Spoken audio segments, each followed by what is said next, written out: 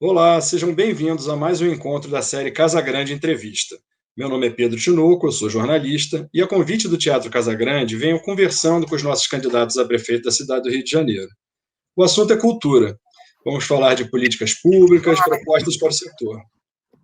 O Casagrande tem uma longa tradição como palco para espetáculos de teatro, de dança, de música, e também como um palco para debates variados, debates sobre os rumos da sociedade, debates em defesa da democracia. É um pouco nessa linha que a gente segue aqui. A convidada de hoje é Clarissa Garotinho. Já foi eleita vereadora, deputada estadual, é deputada federal em segundo mandato, já foi secretária municipal e é candidata à Prefeitura do Rio de Janeiro pelo PROS. Deputada, muito obrigado por ter aceitado o nosso convite. Pedro, eu que agradeço a você, obrigada por essa oportunidade. A gente está numa eleição completamente diferente, né? Uma eleição sem debates na televisão. Isso é muito ruim para o processo democrático, para o processo de escolha, né, do eleitor, para que ele tenha a oportunidade de conhecer melhor os candidatos.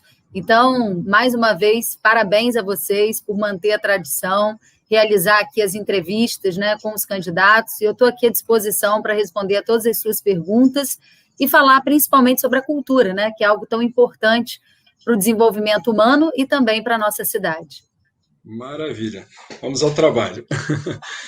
Queria começar, já que estamos falando de cultura, falando do seu vice, Sim. Né, do Jorge Coutinho, que é um ator, cineasta, tem uma trajetória, é um personagem, um profissional da cultura carioca e brasileira. Já temos um secretário? Como é que me conta qual é a participação dele aí nessa sua caminhada? Olha, com certeza, eu tenho muito orgulho, né, de ter o Jorge Coutinho ao meu lado como meu candidato a vice-prefeito.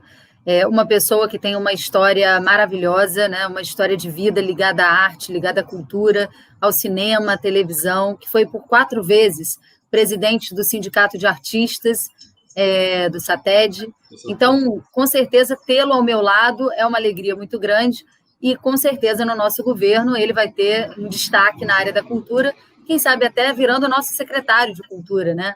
E conduzindo também toda a política cultural da cidade junto com a gente. Para mim, é uma enorme alegria ter uma pessoa ligada não apenas à cultura ao meu lado, mas também alguém que sempre lutou para valorizar, né, a população negra, o movimento negro, na luta antirracista, que é tão importante para a gente fortalecer na nossa cidade e no nosso país. Maravilha.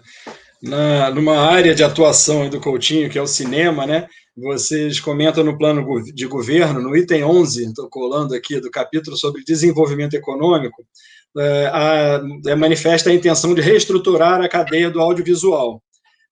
A prefeitura tem um órgão voltado para o setor, que é a Rio Filme, né? Quais são os caminhos dessa reestruturação, né, para um setor tão importante aí para a cultura e acredito até para a economia da cidade? Pedro, a Rio Filmes ela é muito importante. A gente pode dizer que é a mãe, né, da retomada do cinema brasileiro, depois que o Collor, né, acabou com a Embrafilmes, né? Praticamente nós ficamos só com a Rio Filmes produzindo, distribuindo cinema no Brasil. Mas acontece que o orçamento da Rio Filmes está muito aquém daquilo que deveria. Então, nós precisamos, primeiro, aumentar um pouco o orçamento da Rio Filmes e apoiar todos aqueles que, inclusive, queiram usar o Rio de Janeiro como um cenário, né, importante para a produção audiovisual. Não apenas trabalhar a Rio Filmes como uma grande produtora, como uma grande distribuidora, mas também valorizar todos aqueles que queiram usar a cidade do Rio de Janeiro como palco para a produção de cinema brasileiro e mundial. Maravilha. Você falou sobre uma recomposição de orçamento, um aumento. O orçamento da pasta aí, da Secretaria Municipal de Cultura, ele vem se reduzindo ano a ano por razões variadas. Você acha possível recompor esse orçamento, aumentá-lo diante das circunstâncias atuais? Olha, com certeza. A Prefeitura do Rio ela não teve queda na arrecadação. Ao longo da gestão do Eduardo Paes e do Crivella, a arrecadação aumentou, até porque os dois fizeram uma opção equivocada, no meu entendimento, né, de aumentar a arrecadação, não incrementando a economia, mas aumentando os impostos. O Crivella aumentou o ITBI e aumentou o IPTU, e a mesma coisa fez o Eduardo Paes, que fez uma revisão na base de cálculo do IPTU, trazendo aumento também, e criou a taxa de iluminação pública. Então, o que se pode dizer da arrecadação da cidade é que ela está crescendo. O problema é que se gasta muito e se gasta mal. O que nós precisamos fazer é racionalizar os gastos, ter uma fiscalização maior, enxugar os ralos do desperdício, enxugar os ralos também da corrupção, e dessa forma, com certeza, nós vamos conseguir, né, reduzir a burocracia, que também é uma fonte, né, que a burocracia ela é uma fonte de retenção de recursos também muito grande, e um dos maiores problemas da nossa cidade. Então, com certeza, fazendo os ajustes necessários, nós vamos continuar com o crescimento da arrecadação, incrementando a economia, mas vamos gastar o dinheiro público melhor. Hoje, o que a gente vê é desperdício de dinheiro público, são contratos superfaturados, é falta de rigor na fiscalização, são contratos abusivos. Eu vou te dar um exemplo, Pedro. Eu sei que a nossa live é sobre cultura, mas eu tenho certeza que todos aqueles que estão nos assistindo têm interesse, né, em conhecer mais sobre a cidade do Rio de Janeiro. E quando eu falo da revisão de contratos e da prioridade nas obras, é porque a gente viveu um período de grandes obras que não serviu para melhorar a vida das pessoas.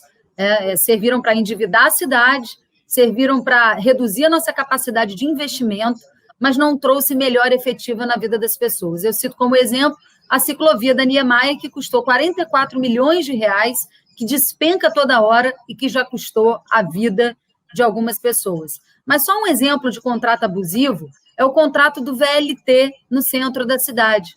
Quando o Eduardo Paes assinou aquele contrato, Pedro, o que ele fez ali? A empresa disse, olha, eu preciso ter 250 mil passageiros andando ali todos os dias.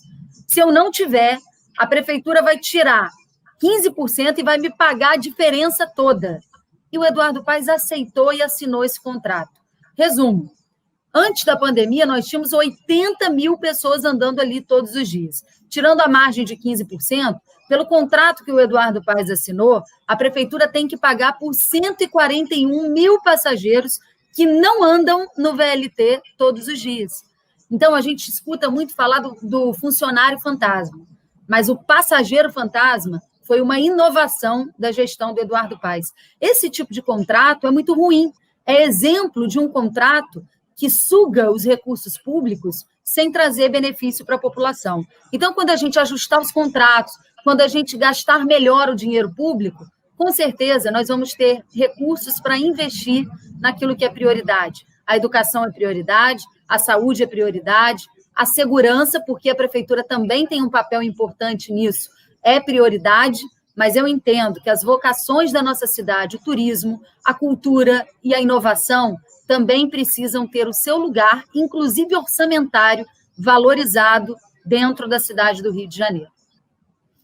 Você deu alguns exemplos de um longo caminho pela frente que terá o próximo ocupante lá do gabinete no Palácio da Cidade.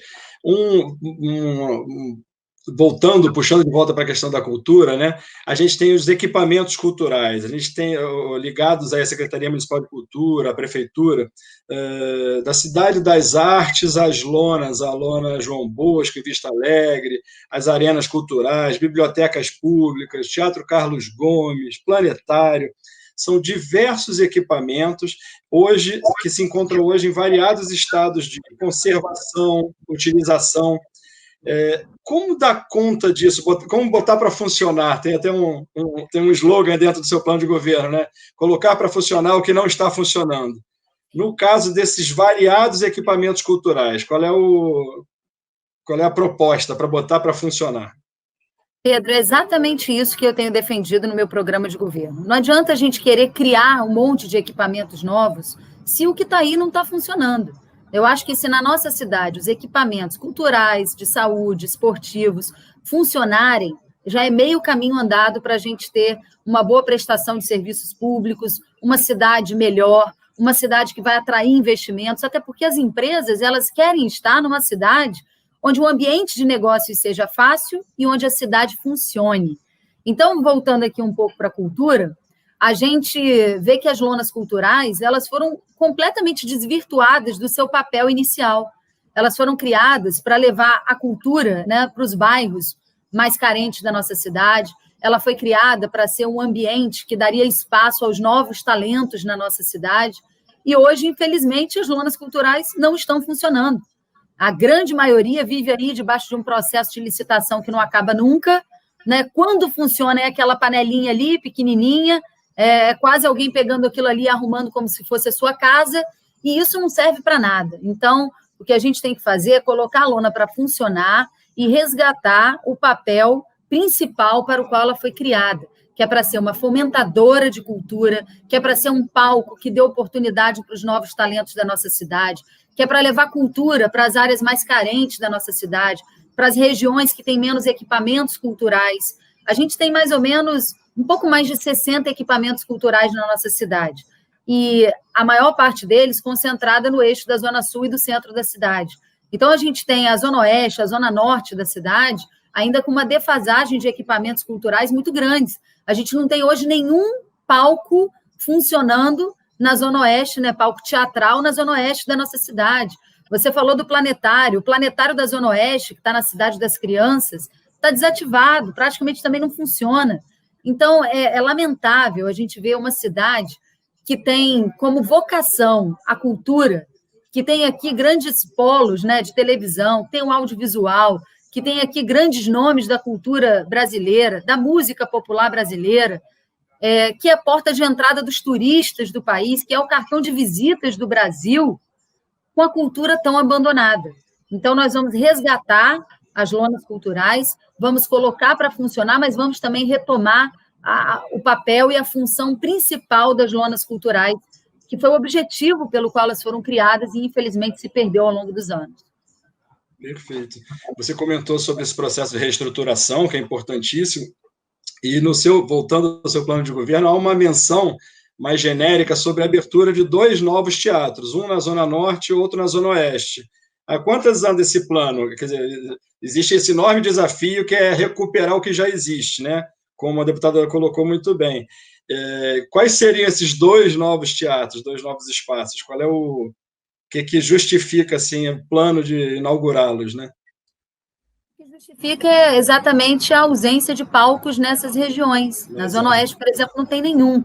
É claro que nós não vamos construir onde já tem. Onde já tem, a gente tem que colocar para funcionar bem, acabar com a panelinha, dar oportunidade para várias pessoas, não fazer política com a cultura, mas fazer política cultural. Hoje, infelizmente, o que acontece nos equipamentos culturais é que se faz política, se chama um partido político, coloca ali alguém para tomar conta, que às vezes não entende nada de cultura, ele pega os seus cabos eleitorais, esses cabos eleitorais comandam os equipamentos culturais da nossa cidade e não se faz política cultural. O que nós queremos não é política nos equipamentos culturais, é política cultural. É fazer cultura com quem entende de cultura, é fazer cultura com quem dialoga com a arte. É isso que a gente tem que fazer, porque a politização da cultura no Rio de Janeiro está fazendo muito mal à nossa cultura, porque está afastando as pessoas que viveram a cultura a vida inteira, que respiram a cultura, né, e está colocando pessoas que não estão qualificadas para essas funções nesses espaços. Então, não apenas colocar para funcionar, mas colocar para funcionar com gente que quer fazer cultura de verdade na nossa cidade. Infelizmente, Pedro, sabe, a gente tá vivendo um momento muito ruim, porque a gente tem um prefeito na cidade que não valoriza a cultura. A gente tem um prefeito na cidade que trata a arte como se fosse uma coisa menor. A gente tem um prefeito na cidade que mistura a fé e as condições pessoais, as convicções pessoais com a administração da cidade. Um prefeito que quer acabar com o carnaval. Olha, eu sou presbiteriana, nunca coloquei as minhas convicções pessoais acima dos interesses da cidade. Até porque a cultura ela é super importante e o carnaval, além de ser uma das maiores festas populares do planeta, a maior do Brasil, sem dúvida, é também uma fonte de renda, de economia para a nossa cidade e uma fonte de emprego para muitas pessoas, inclusive nas comunidades carentes. São centenas, milhares, aliás, de costureiras que trabalham um ano inteiro para fazer o carnaval acontecer. São eletricistas, são aderecistas, alegoristas, dançarinos. Quantas pessoas envolvidas, né, para fazer aquela festa acontecer. E quem vai devolver o emprego de todas essas pessoas que vivem da cadeia produtiva da cultura, do entretenimento, da arte? Então, infelizmente, o Rio de Janeiro não merece um prefeito que não seja apaixonado pela cultura, que não valorize a nossa cultura, porque o Rio é sinônimo disso. O Rio é sinônimo de cultura, de turismo, de arte. É assim que o mundo inteiro nos vê e a gente precisa valorizar isso.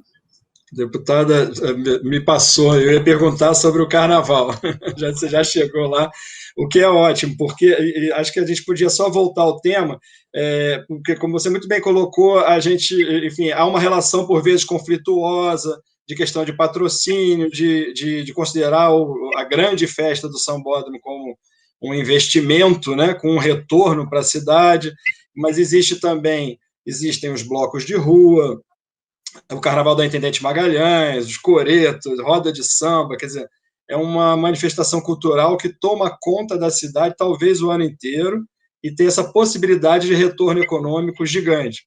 Possibilidade não, essa potência de retorno, né? Existem políticas objetivas assim para tratar do espetáculo aí como vai ser a relação com as escolas num governo de Clarissa Garotinho?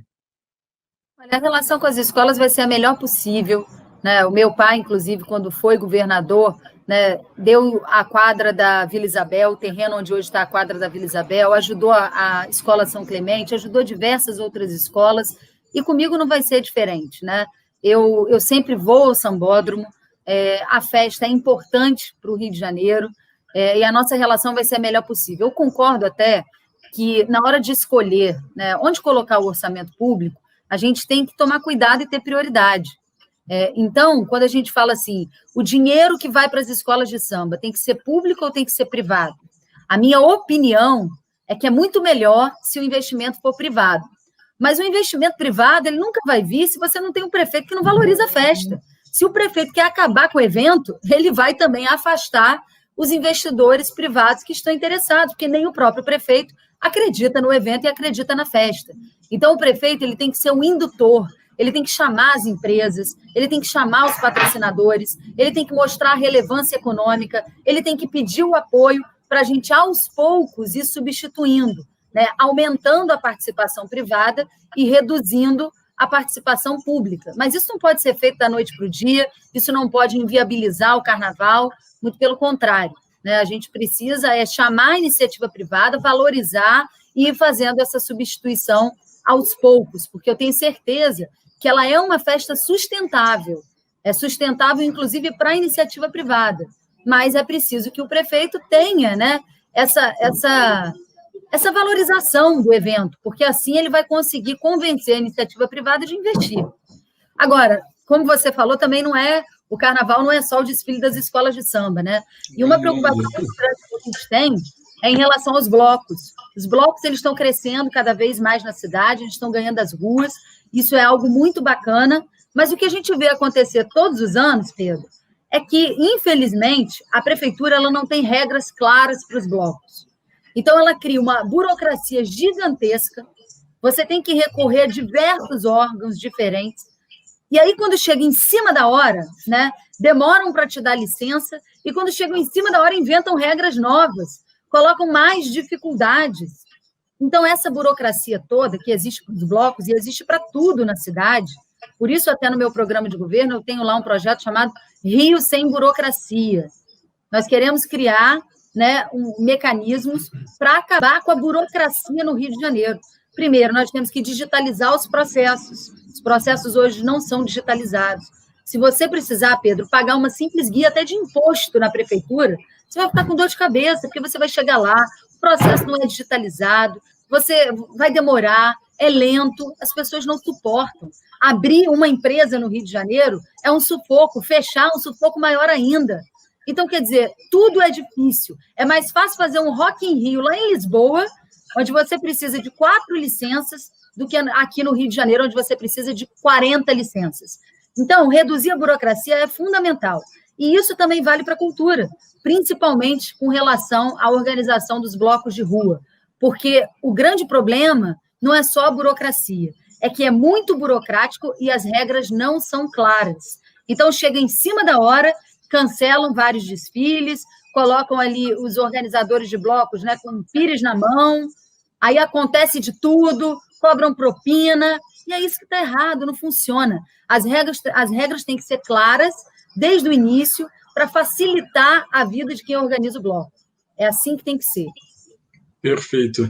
Deputado, mudando um pouquinho de assunto, mas não muito, falando sobre investimentos e forma de alavancar o setor da cultura dentro do Rio de Janeiro, a própria prefeitura tem seus mecanismos de incentivo. Um deles é a lei do ISS, né, que destina para a cultura 1% da arrecadação do imposto sobre serviço. Queria saber o que o seu governo, o que você acha dessa lei, dessa legislação, se ela precisa ser aprimorada, se vai bem, enfim, mecanismos fiscais como a lei do ISS, me desculpe, e também o fomento direto, né? Os mecanismos existentes, o que você acha deles? Olha, a nossa lei de incentivo à cultura ela é muito boa, né? Inclusive é uma das maiores do país, a previsão orçamentária, né, de renúncia de ISS pela lei de incentivo à cultura para o próximo ano é de quase 60 milhões. Então, o orçamento dela é bom. O que a gente precisa é aprimorar a aplicação da lei, porque muita gente reclama da dificuldade de acesso. E essa dificuldade de acesso passa também, né, pela dificuldade de organização do projeto. Então, é importante que a gente tenha escritórios que ajudem as pessoas, principalmente aqueles que estão recorrendo à lei pela primeira vez, que não sabem muito bem utilizar os mecanismos, que não sabem organizar os seus projetos, até para que a lei seja mais democrática e dê mais oportunidade a todos, é muito importante que a gente apoie, né, com algum escritório de representação, as pessoas que estão elaborando seus projetos. Porque, às vezes, os projetos são excelentes, mas as pessoas não sabem enquadrar ele direitinho no formato da lei e acabam perdendo e acabam não conseguindo acessar os recursos. Então, eu acho que esse escritório de representação, com apoio técnico, né, aos candidatos que querem acessar os recursos, é fundamental para que a gente possa democratizar ainda mais o acesso a essa lei. Secretário, me desculpe, você é deputada federal e foi secretária de Desenvolvimento, Emprego e Inovação, que é uma enormidade, né? Na verdade, o nome é grande, mas a pasta era pequenininha, era uma das menores da prefeitura. Pois é, mas o desafio é enorme, né? Uma limonada. Imagino. O desafio deve ter sido grande. E pensando nessas três palavrinhas, desenvolvimento, emprego e inovação, a cultura acho que tem um papel em cada uma delas, né? Cada um desses temas dentro da cidade. Como é que a sua prefeitura concebe a importância da cultura, por exemplo, para o primeiro emprego do jovem, como aliada da educação pública? Existe essa intenção de usar a cultura dessa forma, de aproveitá-la, né, dessa maneira? Com certeza, eu acho que nós precisamos, na rede municipal, onde a gente tem mais de 650 mil alunos, né, promover mais cultura dentro das escolas. Né? Eu tenho um filho de 4 anos de idade, estuda num colégio particular, tem aula de música toda semana dentro da escola, mas, infelizmente, a grande maioria dos alunos não tem, né, aula de música na escola. E aula de música, a gente está falando, eu poderia citar o esporte também, que é um aliado muito importante da educação. Imagina, a gente vive numa cidade que sediou as Olimpíadas e mais da metade das escolas públicas não tem, né, uma quadra de esporte sequer. Quando a gente fala de cultura, é importante falar, mas é importante falar do esporte e também da inovação. Porque eu acho, Pedro, que nesse período de pandemia ficou ainda mais evidenciado a grande distância que existe entre as escolas particulares e as escolas públicas. Eu sou mãe, como eu disse, né? E como meu filho é pequeno, eu tive que ficar nessa loucura de aula virtual junto com ele. Mas, Pedro, eu percebi que ele aprendeu muita coisa, mesmo nas aulas virtuais. Né? Meu filho fez 4 anos esse ano e eu vibrava toda vez que ele aprendia numerais novos, formas geométricas novas. Quando ele aprendeu, ele está até correndo ali atrás. Uma participação especial. Quando ele aprendeu a escrever o nome dele sozinho, né? Isso foi a gente que é mãe, a gente se emociona, né? Com essas conquistas do nosso filho. E ele só conseguiu isso porque ele estuda num colégio privado, porque ele tem acesso a um computador, porque ele tem acesso à internet. Mas para os mais de 650 mil alunos da rede pública, foi praticamente um ano perdido. Então, é importante a gente falar da cultura, sim, mas é importante que toda criança na rede pública tenha acesso a um tablet educacional com acesso à internet, para que nunca mais situações como essa se repitam e para que as crianças comecem a acessar as novas tecnologias. O meu filho está estudando robótica, ele já tem noções de robótica, noções de programação na escola dele. Então, daqui a alguns anos, a gente vai criar um distanciamento enorme. Os novos empregos vão estar aí, não vai ter ninguém preparado para ocupar essas vagas. Então, é muito importante a gente rever a educação. A educação ela precisa ser mais inclusiva, a educação ela precisa ter uma ligação muito forte com a inovação e precisa ter uma ligação muito forte com o esporte e com a cultura, porque são dois aspectos muito importantes para o desenvolvimento pessoal e humano. Então, com certeza, nós vamos ter que fazer uma revisão muito grande no modelo educacional da nossa cidade. A gente falou dessa questão das escolas, das aulas online, que não foram para todo mundo, que acentua as desigualdades que a gente conhece, né? E acho que o que está na cabeça de todo mundo é um horizonte pós-Covid, né? Como vai ser? Como você imagina deputado, um governo, uma gestão, digamos, que em algum momento, né, esperamos, já vai ser com vacina, com uma volta a algum tipo de normalidade? Como é que dá para antecipar de um governo nessas condições, né, de retomada, de restauração? Olha, Pedro, está todo mundo aprendendo a conviver com esse chamado novo normal, né? E o novo normal hoje é o quê? É pagar conta atrasada, né?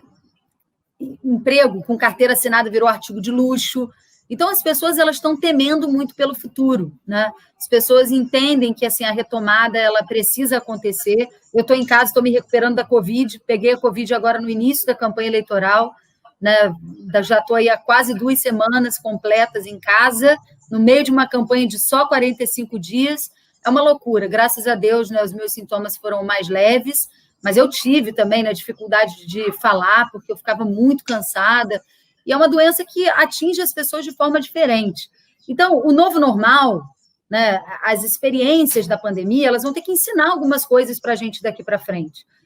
Claro que, como prefeito, eu vou seguir o que for determinado pelo Ministério da Saúde, mas eu posso garantir que todos aqueles que quiserem ter acesso à vacina terão o direito, porque não é justo que aquelas pessoas que podem pagar consigam se vacinar e que as pessoas mais humildes fiquem sem a imunização.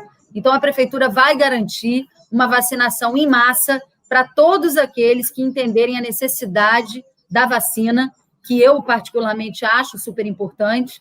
Nós vamos fazer a vacinação, mas eu acho que tem alguns outros aspectos, né? Como eu disse, fazer a inclusão digital dos alunos, porque pandemia, no mundo globalizado, né, no mundo em que as passagens aéreas, né, ficaram mais acessíveis, em que as pessoas viajam, isso infelizmente, vai ser mais comum do que a gente imagina, né, para o futuro.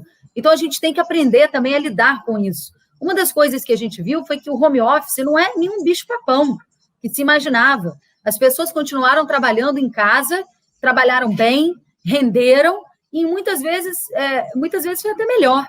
As pessoas renderam mais, tiveram mais qualidade de vida. Então, acho que em alguns aspectos a gente pode implementar o home office para reduzir, né, um pouco a pressão sobre o transporte público. Eu também pretendo chamar as empresas de ônibus e as concessionárias para conversar, para a gente propor uma passagem de ônibus mais barata, né, tanto no BRT como nos ônibus comuns, e até chamar, né, a própria concessão do transporte estadual, mas que atua dentro da cidade do Rio de Janeiro, para a gente reduzir o preço das passagens fora dos horários de pico, porque essa também é uma forma da gente reduzir essa pressão sobre o transporte público. Então, acho que o novo normal ele tem que trazer também uma aprendizagem muito grande para a gente aprender a lidar com os aspectos das grandes cidades. Então, eu acho que tem um caminho longo aí pela frente. Vai exigir saídas criativas, sem sombra de dúvida. No setor da cultura, pensando nos fazedores, né, nos empreendedores, no dono do cinema, de teatro, de circo, de uma companhia teatral, existe alguma intenção de dar condições para essa retomada? Porque foi um setor que parou, né? Foi o primeiro a parar por razões sanitárias, né? o poder público municipal tem condições de apoiar de alguma forma essa retomada que ao fim e ao cabo vai implicar em retomada de emprego e de lazer, de cultura, enfim, do bom funcionamento da cidade? Olha, eu acho que já é a hora da retomada, né? Foi realmente um setor que sofreu muito, o setor de turismo, o setor de eventos, o setor cultural. Era um momento em que também não se tinha muita alternativa, né? Porque a gente estava lidando com um desconhecido, uma doença que nem os médicos, né, sabiam exatamente como lidar com isso. E hoje a gente está vendo que as coisas tendem a voltar à normalidade. O que a gente vai precisar fazer, né, é priorizar os eventos mais abertos, né, dar um certo distanciamento dentro das salas de cinema, entre as pessoas, no teatro. Ainda durante um tempo exigiu o uso da máscara, exigiu o uso do álcool gel. Para a gente isso parece muito estranho, mas em outros países isso já é adotado. Então, como a gente disse, as coisas têm que voltar à normalidade, os empregos, né, dependem disso, a economia da nossa cidade, a economia do país depende disso, mas é preciso também que haja uma consciência coletiva das pessoas, né, de respeitar determinados espaços, de respeitar determinadas regras, para que essa retomada se dê de uma forma cada vez mais ágil. Todo mundo junto, de certa forma. Junto, mas não muito, né? Junto, respeitando o distanciamento.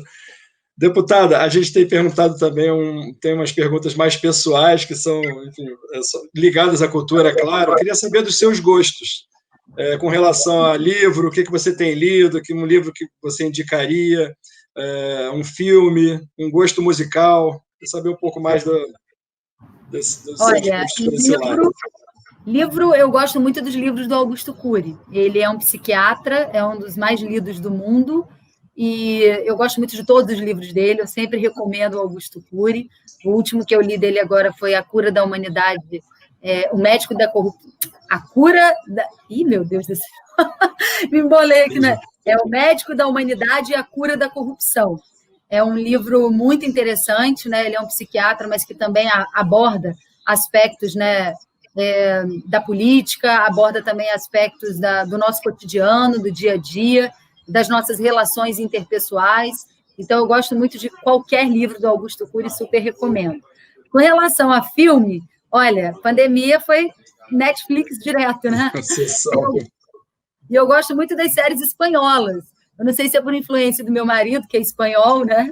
Nasceu lá, mora aqui há muitos anos, desde pequeno, mas eu gosto muito de todas as séries espanholas, assisto todas que lançam, então eu deixo aí recomendação, séries espanholas na Netflix.